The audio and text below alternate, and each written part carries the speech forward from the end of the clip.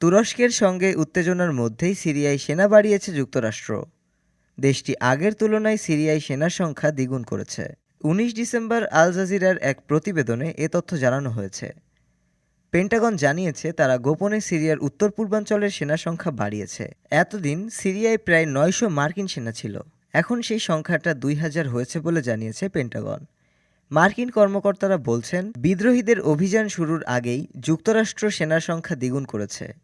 তবে ঠিক কবে সেনার সংখ্যা বাড়ানো হয়েছে তা নিয়ে কিছু জানায়নি ওয়াশিংটন। হায়াত তাহরির আল শাম যুক্তরাষ্ট্র ঘোষিত সন্ত্রাসী সংগঠনগুলোর একটি। এমনকি গ্রুপটির প্রধান আহমেদ আল সারা, যিনি আবু মোহাম্মদ জোলানি নামে বেশি পরিচিত, তার মাথার মূল্য $১ কোটি নির্ধারণ করেছিল যুক্তরাষ্ট্র। অথচ বাশার আসাদের পতনের প্রায় সঙ্গে সঙ্গেই ওয়াশিংটন জোলানির সঙ্গে যোগাযোগ করে। ডেস্ক রিপোর্ট, আজ বার্তা, ঢাকা।